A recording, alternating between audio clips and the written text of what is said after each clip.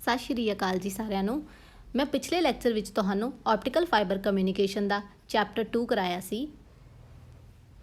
Chapter 2 सी overview of optical fibre communication, जिस ਵਿੱਚ ਆਪਾਂ ਸਭ ਤੋਂ ਪਹਿਲਾਂ ऑप्टिकल फाइबर ਦੀ स्ट्रक्चर ਬਾਰੇ ਪੜਿਆ ਕਿ ਕਿਸ ਤਰ੍ਹਾਂ ਦੀ ਬਣੀ ਹੁੰਦੀ ਹੈ। ਇਹਦੇ ਵਿੱਚ 3 ਲੇਅਰਸ ਹੁੰਦੀਆਂ ਨੇ, ਕੋਰ, ਕਲੈਡਿੰਗ ਤੇ ਜੈਕਟ।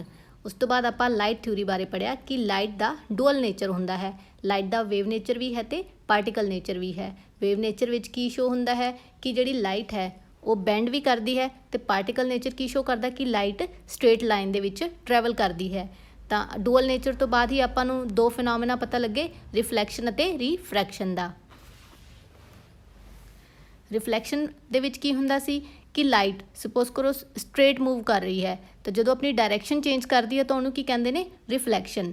ਤੇ ਰੀਫਰੈਕਸ਼ਨ ਦੇ ਵਿੱਚ ਕੀ ਪੜ੍ਹਿਆ ਸੀ ਕਿ ਲਾਈਟ ਜਦੋਂ ਇੱਕ ਮੀਡੀਅਮ ਤੋਂ ਦੂਸਰੇ ਮੀਡੀਅਮ 'ਚ ਟਰੈਵਲ ਕਰਦੀ ਹੈ ਤਾਂ ਉਹਨੂੰ ਕੀ ਕਹਿੰਦੇ ਨੇ, ਰੀਫਰੈਕਸ਼ਨ। ਕਿਉਂਕਿ ਉਹਦੀ ਕੀ ਹੁੰਦੀ, ਲਾਈਟ ਦੀ ਇੱਕ ਮੀਡੀਅਮ ਤੋਂ ਦੂਜੇ ਮੀਡੀਅਮ ਵਿੱਚ ਟਰੈਵਲ ਕਰਨ ਦੇ ਦੌਰਾਨ ਕੀ ਹੋ ਜਾਂਦੀ, ਲਾਈਟ ਦੀ ਸਪੀਡ ਚੇਂਜ ਹੋ ਜਾਂਦੀ ਹੈ।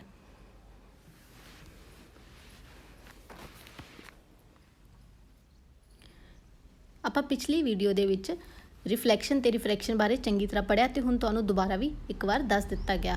ਤਾਂ ਹੁਣ ਆਪਾਂ ਦੇਖਾਂਗੇ ਕਿ ਜਦੋਂ ਰਿਫਰੈਕਸ਼ਨ ਹੁੰਦੀ ਹੈ ਤਾਂ ਲਾਈਟ ਜਦੋਂ ਇੱਕ ਮੀਡੀਅਮ ਤੋਂ ਦੂਸਰੇ ਮੀਡੀਅਮ ਵਿੱਚ ਟਰੈਵਲ ਕਰਦੀ ਹੈ ਤਾਂ ਕਿਸ ਤਰ੍ਹਾਂ ਬਿਹੇਵ ਕਰਦੀ ਹੈ। ਤੁਸੀਂ ਡਾਇਗਰਾਮ ਵਿੱਚ ਦੇਖ ਰਹੇ ਹੋਵੋਗੇ ਕਿ ਆਪਣੇ ਕੋਲ ਦੋ ਮੀਡੀਅਮ ਨੇ, ਏਅਰ ਤੇ ਗਲਾਸ। ਏਅਰ ਕੀ ਹੈ, ਆਪਣਾ ਇੱਕ ਰੇਅਰਰ ਮੀਡੀਅਮ ਹੈ। ਰੇਅਰਰ ਮੀਡੀਅਮ ਕਿਹੜਾ ਹੁੰਦਾ ਹੈ, ਉਹ ਮੀਡੀਅਮ ਜਿਸ ਵਿੱਚ ਮੋਲੀਕਿਊਲਸ ਦੂਰ ਦੂਰ ਐਗਜ਼ਿਸਟ ਕਰਦੇ ਨੇ, ਮਤਲਬ ਇੱਕ ਦੂਸਰੇ ਦੇ ਨੇੜੇ ਨੇੜੇ ਨਹੀਂ ਹੁੰਦੇ। ਡੈਂਸਰ ਮੀਡੀਅਮ ਉਹ ਹੁੰਦਾ ਹੈ ਜਿਸ ਵਿੱਚ ਮੋਲੀਕਿਊਲ ਕਲੋਜ਼ਲੀ ਪੈਕਡ ਹੁੰਦੇ ਨੇ, ਇੱਕ ਦੂਸਰੇ ਦੇ ਨੇੜੇ ਨੇੜੇ ਹੁੰਦੇ ਨੇ। ਇਸੇ ਕਰਕੇ ਜਦੋਂ ਵੀ ਕੋਈ ਲਾਈਟ ਏਅਰ ਦੇ ਵਿੱਚੋਂ ਟਰੈਵਲ ਕਰਦੀ ਆ, ਕਿਉਂਕਿ ਉੱਥੇ ਕੰਜੈਸ਼ਨ ਘੱਟ ਹੁੰਦਾ ਹੈ, ਮੋਲੀਕਿਊਲਸ ਦੂਰ ਦੂਰ ਹੁੰਦੇ ਨੇ, ਇਸ ਕਰਕੇ ਏਅਰ ਸਪੀਡ ਨਾਲ ਉਹਦੇ ਵਿੱਚੋਂ ਲਾਈਟ ਟਰੈਵਲ ਕਰ ਜਾਂਦੀ ਆ ਏਅਰ ਦੇ ਵਿੱਚੋਂ। ਜਦੋਂ ਕਿ ਗਲਾਸ ਦੇ ਵਿੱਚ ਕੀ ਹੁੰਦਾ, ਉਹ ਡੈਂਸਲੀ ਪੈਕ ਹੁੰਦੇ ਨੇ, ਬਿਲਕੁਲ ਨੇੜੇ ਨੇੜੇ ਮੋਲੀਕਿਊਲਸ ਹੁੰਦੇ ਨੇ। ਇਸੇ ਕਰਕੇ ਹੀ ਲਾਈਟ ਨੂੰ ਗਲਾਸ ਦੇ ਵਿੱਚੋਂ ਟਰੈਵਲ ਕਰਨਾ ਮੁਸ਼ਕਿਲ ਹੁੰਦਾ ਹੈ, ਉਹਦੀ ਸਪੀਡ ਘੱਟ ਹੁੰਦੀ ਹੈ ਐਜ਼ ਕੰਪੇਅਰ ਟੂ ਏਅਰ। ਤਾਂ ਹੁਣ ਇਸ ਡਾਇਗਰਾਮ ਦੇ ਅਕੋਰਡਿੰਗ ਜਿਹੜੀ ਆਪਣੀ ਰੇ ਆ ਰਹੀ ਆ ਗਲਾਸ ਸਲੈਬ ਦੇ ਸਰਫੇਸ ਤੇ, ਉਹਨੂੰ ਕਿਹੜੀ ਰੇ ਕਹਿ ਰਹੇ ਹਾਂ ਆਪਾਂ, ਇਨਸੀਡੈਂਟ ਰੇ। ਇਹ ਰੇ ਕਿਹੜੇ ਮੀਡੀਅਮ ਤੋਂ ਆ ਰਹੀ ਹੈ, ਏਅਰ ਤੋਂ, ਮਤਲਬ ਰੇਅਰਰ ਮੀਡੀਅਮ ਤੋਂ ਕਿੱਧਰ ਐਂਟਰ ਕਰ ਰਹੀ ਹੈ, ਗਲਾਸ ਸਲੈਬ ਦੇ ਵਿੱਚ, ਮਤਲਬ ਡੈਂਸਰ ਮੀਡੀਅਮ ਦੇ ਵਿੱਚ। ਤਾਂ ਇੱਕ ਤੁਸੀਂ ਦੇਖੋਗੇ ਕਿ ਗਲਾਸ ਦੇ ਸਰਫੇਸ ਦੇ ਉੱਪਰ ਇੱਕ ਪਰਪੈਂਡੀਕੂਲਰ ਡਾਟਡ ਲਾਈਨ ਡਰਾ ਕੀਤੀ ਹੋਈ ਹੈ ਜਿਸ ਨੂੰ ਕਹਿੰਦੇ ਨੇ ਨਾਰਮਲ, ਤੇ ਇਹ ਗਲਾਸ ਸਲੈਬ ਦੇ ਸਰਫੇਸ ਨਾਲ 90 ਡਿਗਰੀ ਦਾ ਐਂਗਲ ਬਣਾਉਂਦੀ ਹੈ। ਤਾਂ ਜਦੋਂ ਵੀ ਕੋਈ ਵੀ ਰੇ ਟਰੈਵਲ ਕਰੂਗੀ ਰੇਅਰਰ ਮੀਡੀਅਮ ਤੋਂ ਡੈਂਸਰ ਮੀਡੀਅਮ ਦੇ ਵਿੱਚ, ਤਾਂ ਇਹ ਕੀ ਕਰੇਗੀ, ਬੈਂਡ ਟੁਵਾਰਡਸ ਦਾ ਨਾਰਮਲ। ਤਾਂ ਜਿਹੜਾ ਰਿਫਰੈਕਟਡ ਐਂਗਲ ਹੋਏਗਾ ਉਹ ਇਨਸੀਡੈਂਟ ਐਂਗਲ ਨਾਲੋਂ ਛੋਟਾ ਹੋਏਗਾ ਹਮੇਸ਼ਾ। ਜਿਹੜਾ ਰਿਫਰੈਕਟਡ ਰੇ ਆ ਉਹ ਨਾਰਮਲ ਦੇ ਵੱਲ ਨੂੰ ਬੈਂਡ ਕਰੇਗੀ। ਦੇਖੋ ਜਾਣੀ ਤਾਂ ਚਾਹੀਦੀ ਸੀ ਉਹ ਸਟ੍ਰੇਟ, ਬਟ ਉਹ ਕੀ ਕਰ ਰਹੀ ਹੈ, ਅੰਦਰ ਨੂੰ, ਅੰਦਰ ਵੱਲ ਨੂੰ ਮੁੜ ਰਹੀ ਹੈ। ਪਿਛਲੀ ਸਲਾਈਡ ਦੇ ਵਿੱਚ ਆਪਾਂ ਦੇਖਿਆ ਕਿ ਲਾਈਟ ਜਿਹੜੀ ਹੈਗੀ ਆ ਉਹ ਰੇਅਰਰ ਮੀਡੀਅਮ ਤੋਂ, ਮਤਲਬ ਏਅਰ ਤੋਂ ਡੈਂਸਰ ਮੀਡੀਅਮ ਦੇ ਵਿੱਚ ਐਂਟਰ ਕਰ ਰਹੀ ਹੈ। ਪਰ ਇਸ ਕੇਸ ਦੇ ਵਿੱਚ ਕੀ ਹੈ, ਜਿਹੜੀ ਇਨਸੀਡੈਂਟ ਰੇ ਹੈ ਉਹ ਗਲਾਸ ਸਲੈਬ ਤੋਂ ਹੁੰਦੀ ਹੋਈ ਬਾਹਰ ਏਅਰ ਦੇ ਵਿੱਚ ਜਾਏਗੀ। ਤਾਂ ਦੇਖੋ ਇਹ ਕਿਸ ਤਰ੍ਹਾਂ ਜਾਏਗੀ, ਇਨਸੀਡੈਂਟ ਰੇ ਕਿੱਥੇ ਪਈ, ਗਲਾਸ ਦੇ ਸਰਫੇਸ ਦੇ ਉੱਪਰ, ਤੇ ਇਹ ਕੀ ਹੋਗੀ, ਬੈਂਡ ਕਿੱਧਰ ਨੂੰ ਹੋਗੀ, ਮਾਰਲੀ ਸਾਈਡ ਨੂੰ, ਮਤਲਬ ਇਹ ਨਾਰਮਲ ਤੋਂ ਦੂਰ ਚਲੀ ਗਈ। ਜਦੋਂ ਕਿ ਪਹਿਲੇ ਵਾਲੇ ਕੇਸ ਵਿੱਚ ਆਪਾਂ ਕੀ ਦੇਖਿਆ ਸੀ, ਉਹ ਨਾਰਮਲ ਦੇ ਵੱਲ ਨੂੰ ਮੁੜੀ ਸੀ, ਬਟ ਇਹਦੇ 'ਚ ਕੀ ਹੋਇਆ, ਇਹ ਨਾਰਮਲ ਤੋਂ ਜ਼ਿਆਦਾ ਦੂਰ ਚਲੀ ਗਈ। ਤਾਂ ਇਹਦਾ ਮਤਲਬ ਕੀ ਹੈ ਕਿ ਜਿਹੜਾ ਐਂਗਲ ਆਫ ਇਨਸੀਡੈਂਟ ਰੇ ਹੈ ਉਹ ਛੋਟਾ ਹੋਏਗਾ ਐਂਗਲ ਆਫ ਰਿਫਰੈਕਟਿਵ ਰੇ ਨਾਲੋਂ। ਹੁਣ ਦੇਖਾਂਗੇ ਆਪਾਂ ਲਾਜ਼ ਆਫ ਰਿਫਰੈਕਸ਼ਨ। ਪਹਿਲਾਂ ਆਪਾਂ ਲਾਅ ਆਫ ਰਿਫਲੈਕਸ਼ਨ ਪੜ੍ਹਿਆ, ਜਿਹਦੇ ਵਿੱਚ ਕੀ ਦੱਸਿਆ ਗਿਆ ਸੀ ਕਿ ਐਂਗਲ ਆਫ ਇਨਸੀਡੈਂਸ ਤੇ ਐਂਗਲ ਆਫ ਰਿਫਲੈਕਸ਼ਨ ਕੀ ਹੁੰਦੇ ਨੇ, ਦੋਨੇ ਹਮੇਸ਼ਾ ਬਰਾਬਰ ਹੁੰਦੇ ਨੇ ਤੇ ਸੇਮ ਪਲੇਨ ਤੇ ਲਾਈ ਕਰਦੇ ਨੇ।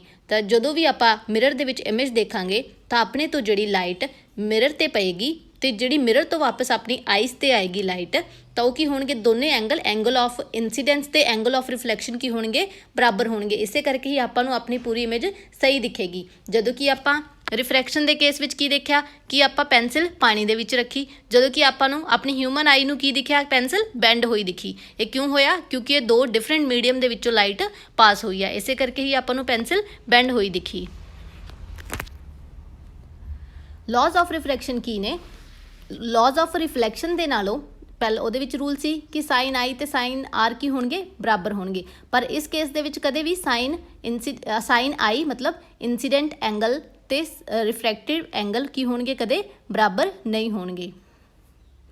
ਤਾਂ n ਕੀ ਹੋਏਗਾ ਆਪਣੇ ਕੋਲੇ, ਰਿਫਰੈਕਟਿਵ ਇੰਡੈਕਸ। ਇਹਨੂੰ ਕਾਹਦੇ ਨਾਲ ਰਿਪਰੈਜ਼ੈਂਟ ਕੀਤਾ ਆਪਾਂ? ਰੇਸ਼ੋ ਨਾਲ, sine i divide by sine r. ਤਾਂ ਰਿਫਰੈਕਟਿਵ ਇੰਡੈਕਸ ਕੀ ਹੁੰਦਾ? ਇਹ ਡਿਫਾਈਨ ਕਰਦਾ ਇੱਕ ਆਪਟੀਕਲ ਡੈਂਸਿਟੀ ਨੂੰ, ਕਿ ਲਾਈਟ ਦੀ ਕੀ ਡੈਂਸਿਟੀ ਹੈ, ਲਾਈਟ ਕਿਸ ਸਪੀਡ ਨਾਲ ਟਰੈਵਲ ਕਰਦੀ ਹੈ।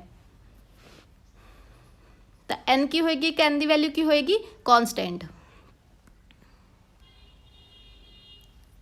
ਨੈਕਸਟ ਆਪਣੇ ਕੋਲ ਹੈ ਦ ਕਲਰ ਔਰ ਵੇਵਲੈਂਥ ਆਫ ਲਾਈਟ।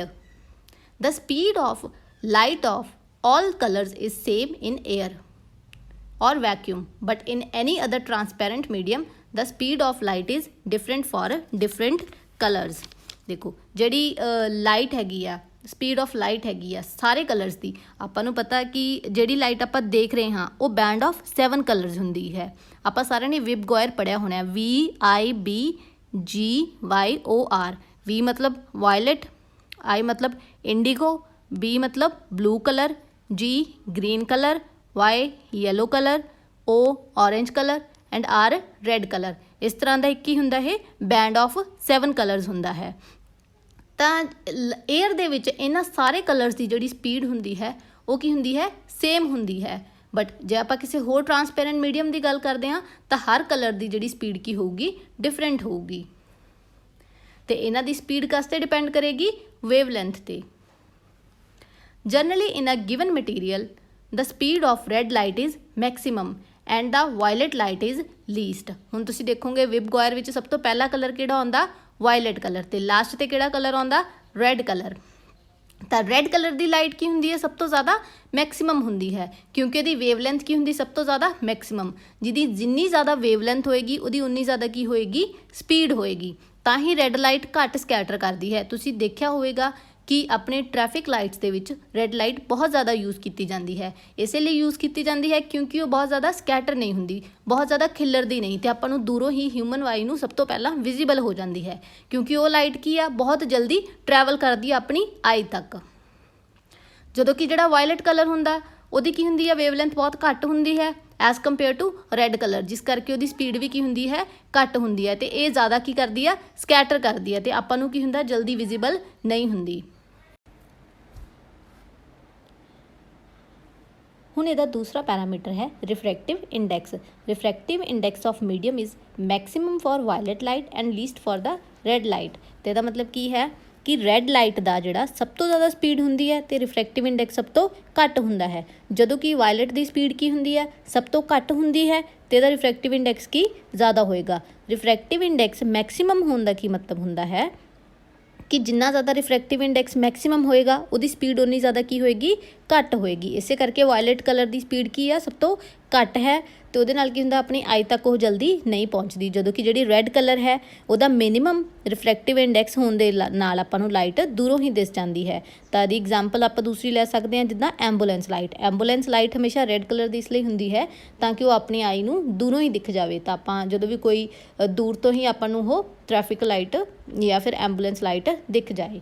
ਤਾਂ ਜਿੰਨੀ ਘੱਟ ਵੇਵਲੈਂਥ ਹੋਏਗੀ ਉਨਾ ਜ਼ਿਆਦਾ ਕੀ ਹੋਏਗਾ? ਰਿਫਰੈਕਟਿਵ ਇੰਡੈਕਸ ਜ਼ਿਆਦਾ ਹੋਏਗਾ। ਤਾਂ ਵਾਇਲਟ ਕਲਰ ਦੀ ਸਭ ਤੋਂ ਘੱਟ ਵੇਵਲੈਂਥ ਹੁੰਦੀ ਹੈ, ਇਸੇ ਕਰਕੇ ਉਹਦਾ ਰਿਫਰੈਕਟਿਵ ਇੰਡੈਕਸ ਸਭ ਤੋਂ ਜ਼ਿਆਦਾ ਹੁੰਦਾ ਹੈ। ਹੁਣ ਆਪਾਂ ਦੇਖਾਂਗੇ ਕਿ ਜੋ ਆਪਾਂ ਬੈਂਡ ਆਫ 7 ਕਲਰਸ ਦੀ ਗੱਲ ਕਰ ਰਹੇ ਸੀ ਕਿ ਵਿਬ ਗੋਇਰ ਦੀ, ਦੇਖੋ violet, blue, indigo, yellow, green, orange, red, ਇਹ ਸਾਰੇ ਕਲਰਸ ਤੁਹਾਨੂੰ ਦਿਖ ਰਹੇ ਹੋਣਗੇ। ਤਾਂ ਲੈਫਟ ਹੈਂਡ ਸਾਈਡ 'ਤੇ ਇਹਦੇ ਕੀ ਦਿੱਤੇ ਹੋਏ ਨੇ? ਵੇਵਲੈਂਥ 4 × 10⁻7 ਤੋਂ ਲੈ ਕੇ ਕਿੱਥੋਂ ਤੱਕ ਹੈ? 7 × 10⁻7। ਠੀਕ ਹੈ। ਆਪਣੀ ਜਿਹੜੀ ਵਿਜ਼ੀਬਲ ਲਾਈਟ ਹੁੰਦੀ ਉਹ ਬੈਂਡ ਆਫ 7 ਕਲਰਸ ਹੁੰਦੀ ਹੈ, ਅਤੇ ਇਹਦੀ ਹਰ ਡਿਫਰੈਂਟ ਕਲਰ ਦੀ ਇੱਕ ਡਿਫਰੈਂਟ ਕੀ ਹੁੰਦੀ ਆ? ਵੇਵਲੈਂਥ ਹੁੰਦੀ ਹੈ। ਤਾਂ ਪਰਪਲ ਕਲਰ ਜਿਹੜਾ ਵਾਇਲਟ ਕਲਰ ਹੋਊਗਾ ਇਹਦੀ ਕੋਈ ਹੋਰ ਵੇਵਲੈਂਥ ਹੋਏਗੀ, ਅਤੇ ਰੈੱਡ ਕਲਰ ਦੀ ਡਿਫਰੈਂਟ ਵੇਵਲੈਂਥ ਹੋਏਗੀ। ਜਿਹੜਾ ਵਾਇਲਟ ਕਲਰ ਆ ਉਹਦੀ ਸਭ ਤੋਂ ਘੱਟ ਵੇਵਲੈਂਥ ਹੁੰਦੀ ਹੈ, ਅਤੇ ਰੈੱਡ ਕਲਰ ਦੀ ਸਭ ਤੋਂ ਜ਼ਿਆਦਾ ਵੇਵਲੈਂਥ ਹੁੰਦੀ ਹੈ। ਉਸੇ ਤਰ੍ਹਾਂ ਹੀ ਜਿਹਦੀ ਜਿੰਨੀ ਘੱਟ ਵੇਵਲੈਂਥ ਉਹਦੀ ਉਨੀ ਜ਼ਿਆਦਾ ਕੀ ਹੋਏਗੀ? ਐਨਰਜੀ ਹੋਏਗੀ, ਅਤੇ ਜਿਹਦੀ ਜਿੰਨੀ ਜ਼ਿਆਦਾ ਵੇਵਲੈਂਥ ਉਨੀ ਘੱਟ ਕੀ ਹੋਏਗੀ? ਐਨਰਜੀ ਹੋਏਗੀ। ਹੁਣ ਆਪਾਂ ਦੇਖਾਂਗੇ special case of refraction, total internal reflection. Total internal reflection ਇੱਕ ਰਿਫਰੈਕਸ਼ਨ ਦਾ ਹੀ ਕੇਸ ਹੈ। ਆਪਾਂ ਪਹਿਲਾਂ ਰਿਫਰੈਕਸ਼ਨ ਬਾਰੇ ਦੇਖਾਂਗੇ ਕਿ ਕੀ ਪੜ੍ਹਿਆ ਸੀ। ਉਹਦੇ ਵਿੱਚ ਆਪਾਂ ਰਿਫਰੈਕਸ਼ਨ ਦੇ ਵਿੱਚ ਆਪਾਂ ਦੇਖਿਆ ਸੀ ਕਿ ਲਾਈਟ ਜਦੋਂ ਇੱਕ ਮੀਡੀਅਮ ਤੋਂ ਦੂਸਰੇ ਮੀਡੀਅਮ ਵਿੱਚ ਟਰੈਵਲ ਕਰਦੀ ਹੈ ਤਾਂ ਲਾਈਟ ਦੀ ਸਪੀਡ ਅਤੇ ਡਾਇਰੈਕਸ਼ਨ ਦੋਨੇ ਕੀ ਹੋ ਜਾਂਦੇ ਨੇ? ਬਦਲ ਜਾਂਦੇ ਨੇ। ਤਾਂ ਆਪਾਂ ਉਹੀ ਇਸ ਕੇਸ ਦੇ ਵਿੱਚ ਕੀ ਕਰਾਂਗੇ? ਸਟੱਡੀ ਕਰਾਂਗੇ। ਆਪਾਂ ਦੇਖਿਆ ਕਿ ਜਦੋਂ ਵੀ ਲਾਈਟ ਡੈਂਸਰ ਤੋਂ ਰੇਅਰਰ ਜਾਂ ਰੇਅਰਰ ਤੋਂ ਡੈਂਸਰ ਮੀਡੀਅਮ 'ਚ ਟਰੈਵਲ ਕਰਦੀ ਹੈ ਤਾਂ ਉਹ ਆਪਣੇ ਨਾਰਮਲ ਦੇ ਨਾਲ ਜਾਂ ਤਾਂ ਨਾਰਮਲ ਦੇ ਵੱਲ ਮੁੜੇਗੀ, ਬੈਂਡ ਟੂਵਰਡਸ ਦਾ ਨਾਰਮਲ ਹੋਏਗੀ, ਜਾਂ ਕੀ ਹੋਏਗੀ, ਨਾਰਮਲ ਤੋਂ ਦੂਰ ਚਲੀ ਜਾਏਗੀ, ਮੂਵਸ ਅਵੇ ਫਰੋਮ ਦਾ ਨਾਰਮਲ। ਤਾਂ ਫਸਟ ਡਾਇਗਰਾਮ ਦੇ ਵਿੱਚ ਦੇਖੋਗੇ ਤੁਸੀਂ ਤਾਂ ਇੱਕ ਜਿਹੜੀ ਇਨਸੀਡੈਂਟ ਰੇ ਆ, ਡੈਂਸਰ ਮਤਲਬ ਡੈਂਸਰ ਮੀਡੀਅਮ ਜਿਹਦੇ ਵਿੱਚ ਮੋਲੀਕਿਊਲਸ ਕਲੋਜ਼ਲੀ ਪੈਕ ਹੁੰਦੇ ਨੇ, ਨੇੜੇ ਨੇੜੇ ਹੁੰਦੇ ਨੇ, ਡੈਂਸਰ ਮੀਡੀਅਮ ਤੋਂ ਕਿੱਧਰ ਜਾ ਰਹੀ ਹੈ, ਰੇਅਰਰ ਮੀਡੀਅਮ ਦੇ ਵੱਲ ਜਾ ਰਹੀ ਆ। ਤਾਂ ਇੱਕ ਟਾਈਮ 'ਤੇ ਆ ਕੇ ਜਿਹੜੀ ਰਿਫਰੈਕਟਿਡ ਰੇ ਆ ਉਹ ਇੰਨੀ ਦੂਰ ਚਲੀ ਜਾਏਗੀ ਕਿ ਉਹ ਨਾਰਮਲ ਦੇ ਨਾਲ 90 ਡਿਗਰੀ ਦਾ ਐਂਗਲ ਬਣਾਏਗੀ, ਜੋ ਇਹ ਸਰਫੇਸ 'ਤੇ ਬਣੇਗਾ। ਤੁਸੀਂ ਦੂਸਰੀ ਡਾਇਗਰਾਮ ਦੇਖੋ, ਇਹਦੇ ਵਿੱਚ ਕੀ ਹੈ, ਨਾਰਮਲ ਨਾਲ ਜਿਹੜੀ ਰਿਫਰੈਕਟਿਡ ਰੇ ਹੈ ਉਹ 90 ਡਿਗਰੀ ਦਾ ਐਂਗਲ ਬਣਾ ਰਹੀ ਹੈ। ਹੁਣ ਇਸ ਤੋਂ ਬਾਅਦ ਅਗਰ ਆਪਾਂ ਇੰਸੀਡੈਂਟ ਰੇ ਨੂੰ ਥੋੜ੍ਹਾ ਜਿਹਾ ਵੀ ਮੂਵ ਕਰਾਂਗੇ ਤਾਂ ਇੱਕ ਪੁਆਇੰਟ 'ਤੇ ਆ ਕੇ ਰਿਫਰੈਕਟਿਡ ਰੇ ਰਿਫਲੈਕਟ ਹੋ ਕੇ ਮਤਲਬ ਰਿਫਲੈਕਟ ਬੈਕ ਹੋ ਜਾਏਗੀ ਆਪਣੇ ਹੀ ਮੀਡੀਅਮ ਦੇ ਵਿੱਚੋਂ। ਉਹ ਡੈਂਸਰ ਮੀਡੀਅਮ ਵਿੱਚੋਂ ਹੀ ਆਈ ਅਤੇ ਡੈਂਸਰ ਮੀਡੀਅਮ ਦੇ ਵਿੱਚ ਹੀ ਵਾਪਸ ਚਲੀ ਗਈ। ਉਹ ਜਿਸ ਮੀਡੀਅਮ ਵਿੱਚੋਂ ਆਈ ਉਸੇ ਮੀਡੀਅਮ ਵਿੱਚ ਕੀ ਆ ਜਾਏਗੀ, ਵਾਪਸ ਹੋ ਜਾਏਗੀ, ਰਿਫਲੈਕਟ ਹੋ ਗਈ। ਤਾਂ ਇਸ ਫਿਨੋਮੀਨਾ ਨੂੰ ਕੀ ਕਹਿੰਦੇ ਨੇ, ਟੋਟਲ ਇੰਟਰਨਲ ਰਿਫਲੈਕਸ਼ਨ। ਅਤੇ ਉਹ ਐਂਗਲ ਜਿਸ ਐਂਗਲ ਉੱਤੇ ਇਹ ਵਾਪਸ ਆਪਣੇ ਹੀ ਮੀਡੀਅਮ ਦੇ ਵਿੱਚ ਆ ਜਾਏਗੀ ਉਸਨੂੰ ਕੀ ਕਹਿੰਦੇ ਨੇ, ਕ੍ਰਿਟੀਕਲ ਐਂਗਲ। ਕ੍ਰਿਟੀਕਲ ਐਂਗਲ, ਹੁਣੇ ਤੁਹਾਨੂੰ ਦੱਸਿਆ ਕਿ ਕ੍ਰਿਟੀਕਲ ਐਂਗਲ ਕੀ ਹੁੰਦਾ ਹੈ। ਕ੍ਰਿਟੀਕਲ ਐਂਗਲ ਉਹ ਐਂਗਲ ਹੈ ਜਿਸ ਉੱਤੇ ਲਾਈਟ ਜਿਸ ਮੀਡੀਅਮ ਵਿੱਚੋਂ ਆਈ ਹੈ ਉਸੇ ਮੀਡੀਅਮ ਵਿੱਚ ਹੀ ਵਾਪਸ ਆ ਜਾਏਗੀ ਰਿਫਲੈਕਟ ਹੋ ਕੇ। ਮਤਲਬ ਅਗਰ ਮੰਨ ਲਓ ਕ੍ਰਿਟੀਕਲ ਐਂਗਲ ਆਪਣੇ ਕੋਲੇ ਪਾਣੀ ਦਾ 49 ਡਿਗਰੀ ਹੈ, ਤਾਂ ਜਦੋਂ ਹੀ ਆਪਾਂ ਪਾਣੀ ਦੇ ਵਿੱਚ ਆਪਣਾ ਇੰਸੀਡੈਂਟ ਐਂਗਲ 49 ਡਿਗਰੀ ਤੋਂ ਜ਼ਿਆਦਾ ਕਰਾਂਗੇ ਤਾਂ ਲਾਈਟ ਕੀ ਹੋਏਗੀ, ਉਸੇ ਪਾਣੀ ਦੇ ਵਿੱਚ ਰਿਫਲੈਕਟ ਹੋ ਕੇ ਵਾਪਸ ਆ ਜਾਏਗੀ, ਦੂਸਰੇ ਮੀਡੀਅਮ ਦੇ ਵਿੱਚ ਨਹੀਂ ਜਾਏਗੀ, ਤਾਂ ਲਾਈਟ ਪਾਣੀ ਦੇ ਵਿੱਚ ਹੀ ਰਹੇਗੀ। ਉਸੇ ਤਰ੍ਹਾਂ ਗਲਾਸ, ਜਿਵੇਂ ਆਪਾਂ ਆਪਟੀਕਲ ਫਾਈਬਰ ਦੇ ਵਿੱਚ ਕੀ ਯੂਜ਼ ਕਰ ਰਹੇ ਹਾਂ, ਗਲਾਸ ਫਾਈਬਰ ਯੂਜ਼ ਕਰ ਰਹੇ ਹਾਂ, ਗਲਾਸ ਦੀ ਬਣੀ ਹੁੰਦੀ ਹੈ ਕੋਰ। ਤਾਂ ਜਦੋਂ ਲਾਈਟ ਕੋਰ ਦੇ ਵਿੱਚ ਟਰੈਵਲ ਕਰਦੇ ਆ ਤਾਂ ਉਹਦਾ ਇੰਸੀਡੈਂਟ ਐਂਗਲ ਹੈ, ਜੋ ਗਲਾਸ ਉੱਤੇ ਇੰਸੀਡੈਂਟ ਐਂਗਲ 42 ਡਿਗਰੀ ਦਾ ਹੈ, ਤਾਂ ਇੰਸੀਡੈਂਟ ਐਂਗਲ ਹਮੇਸ਼ਾ 42 ਡਿਗਰੀ ਤੋਂ ਜ਼ਿਆਦਾ ਰੱਖਿਆ ਜਾਂਦਾ ਹੈ ਤਾਂ ਕਿ ਲਾਈਟ ਕੋਰ ਤੋਂ ਬਾਹਰ ਨਾ ਜਾਵੇ ਅਤੇ ਕੋਰ ਦੇ ਵਿੱਚ ਹੀ ਵਾਪਸ ਸਟਰਾਈਕ ਹੋ ਕੇ ਆ ਜਾਏ, ਰਿਫਲੈਕਟ ਹੋ ਕੇ ਵਾਪਸ ਇਹ ਕੋਰ ਦੇ ਵਿੱਚ ਹੀ ਟਰੈਵਲ ਕਰਦੀ ਰਹੇ। ਤੁਸੀਂ ਡਾਇਗਰਾਮਸ ਵਿੱਚ ਵੀ ਦੇਖੋਗੇ, ਪਹਿਲਾਂ ਉਹ 90 ਡਿਗਰੀ ਦਾ ਐਂਗਲ ਬਣਾ ਰਹੀ ਹੈ ਬੇਸ ਨਾਲ, ਠੀਕ ਹੈ। ਇੱਕ ਪੁਆਇੰਟ 'ਤੇ ਆ ਕੇ ਕੀ ਕਰੇਗੀ ਉਹ, ਜਦੋਂ ਆਪਾਂ ਥੋੜ੍ਹਾ ਜਿਹਾ ਹੀ ਆਪਣਾ ਇੰਸੀਡੈਂਟ ਐਂਗਲ ਵਧਾਵਾਂਗੇ ਤਾਂ ਵਾਪਸ ਆਪਣੇ ਹੀ ਮੀਡੀਅਮ ਦੇ ਵਿੱਚ ਆ ਜਾਵੇਗੀ। ਕ੍ਰਿਟੀਕਲ ਐਂਗਲ ਦੋ ਫੈਕਟਰਸ 'ਤੇ ਡਿਪੈਂਡ ਕਰਦੀ ਹੈ। ਸਭ ਤੋਂ ਪਹਿਲਾ colour of light. Critical angle increase ਕਰਦਾ ਜਿਵੇਂ ਜਿਵੇਂ ਵੇਵਲੈਂਥ ਇਨਕਰੀਜ਼ ਕਰਦੀ ਹੈ ਲਾਈਟ ਦੀ। ਅਤੇ ਇਹਦਾ ਮਤਲਬ ਕੀ ਹੈ, ਜਿਹੜਾ ਵਿਬਗੋਇਰ ਦੇ ਵਿੱਚ ਵਾਇਲਟ ਕਲਰ ਆ ਉਹਦੀ ਵੇਵਲੈਂਥ ਸਭ ਤੋਂ ਘੱਟ ਹੁੰਦੀ ਹੈ ਅਤੇ ਉਹਦਾ ਕ੍ਰਿਟੀਕਲ ਐਂਗਲ ਵੀ ਕੀ ਹੋਏਗਾ, ਸਭ ਤੋਂ ਘੱਟ ਹੋਏਗਾ। ਅਤੇ ਰੈੱਡ ਕਲਰ ਦੀ ਵੇਵਲੈਂਥ ਸਭ ਤੋਂ ਜ਼ਿਆਦਾ ਹੁੰਦੀ ਹੈ, ਇਹਦਾ ਮਤਲਬ ਉਹਦਾ ਕ੍ਰਿਟੀਕਲ ਐਂਗਲ ਵੀ ਕੀ ਹੋਏਗਾ, ਸਭ ਤੋਂ ਜ਼ਿਆਦਾ ਹੋਏਗਾ। ਇਸ ਤਰ੍ਹਾਂ ਜਿਹੜੀ ਕ੍ਰਿਟੀਕਲ ਐਂਗਲ ਹੈ ਉਹ ਲਾਈਟ ਆਫ ਕਲਰ 'ਤੇ ਵੀ ਕੀ ਕਰਦਾ, ਡਿਪੈਂਡ ਕਰਦਾ। ਸੈਕਿੰਡ ਕੀ ਹੈ, ਟੈਂਪਰੇਚਰ। ਤਾਂ ਜਿਹੜਾ ਕ੍ਰਿਟੀਕਲ ਐਂਗਲ ਹੈ ਉਹ ਇਨਕਰੀਜ਼ ਕਰਦਾ ਟੈਂਪਰੇਚਰ ਦੇ ਨਾਲ। ਜਿੰਨਾ ਜ਼ਿਆਦਾ ਟੈਂਪਰੇਚਰ ਹੋਏਗਾ ਜਿਸ ਮੀਡੀਅਮ ਦਾ, ਉੱਥੇ ਕ੍ਰਿਟੀਕਲ ਐਂਗਲ ਦੀ ਵੈਲਿਊ ਕੀ ਹੋਏਗੀ, ਉਨੀ ਜ਼ਿਆਦਾ ਹੋਏਗੀ। Total internal reflection.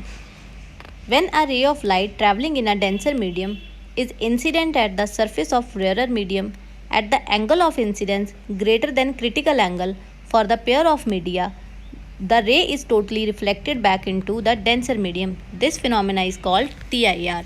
ਤੁਹਾਨੂੰ ਹੁਣੇ ਪਿੱਛੇ ਵੀ ਸਮਝਾਇਆ ਗਿਆ ਕਿ ਜਦੋਂ ਆਪਾਂ ਡੈਂਸਰ ਮੀਡੀਅਮ ਤੋਂ ਲਾਈਟ ਰੇਅਰਰ ਮੀਡੀਅਮ ਵੱਲ ਜਾਏਗੀ ਤਾਂ ਆਪਣਾ ਜਿਹੜਾ ਇੰਸੀਡੈਂਸ ਐਂਗਲ ਹੋਏਗਾ, ਜਿਸ ਐਂਗਲ 'ਤੇ ਰੇ ਐਂਟਰ ਕਰੇਗੀ, ਅਗਰ ਆਪਾਂ ਉਹ ਐਂਗਲ ਕ੍ਰਿਟੀਕਲ ਐਂਗਲ ਤੋਂ ਜ਼ਿਆਦਾ ਰੱਖਾਂਗੇ ਤਾਂ ਆਪਣੀ ਜਿਹੜੀ ਰੇ ਹੋਏਗੀ ਉਹ ਰਿਫਲੈਕਟ ਹੋ ਕੇ ਵਾਪਸ ਕੀ ਆ ਜਾਏਗੀ, ਡੈਂਸਰ ਮੀਡੀਅਮ ਦੇ ਵਿੱਚ ਹੀ ਆ ਜਾਏਗੀ। ਤਾਂ ਇਸ ਫਿਨੋਮੀਨਾ ਨੂੰ ਕੀ ਕਹਿੰਦੇ ਨੇ, ਟੋਟਲ ਇੰਟਰਨਲ ਰਿਫਲੈਕਸ਼ਨ। ਤਾਂ ਮਤਲਬ ਕੀ ਆ, ਉਸੇ ਮੀਡੀਅਮ ਦੇ ਵਿੱਚ ਹੀ ਲਾਈਟ ਰਿਫਲੈਕਟ ਹੋ ਕੇ ਵਾਪਸ ਆ ਜਾਏ।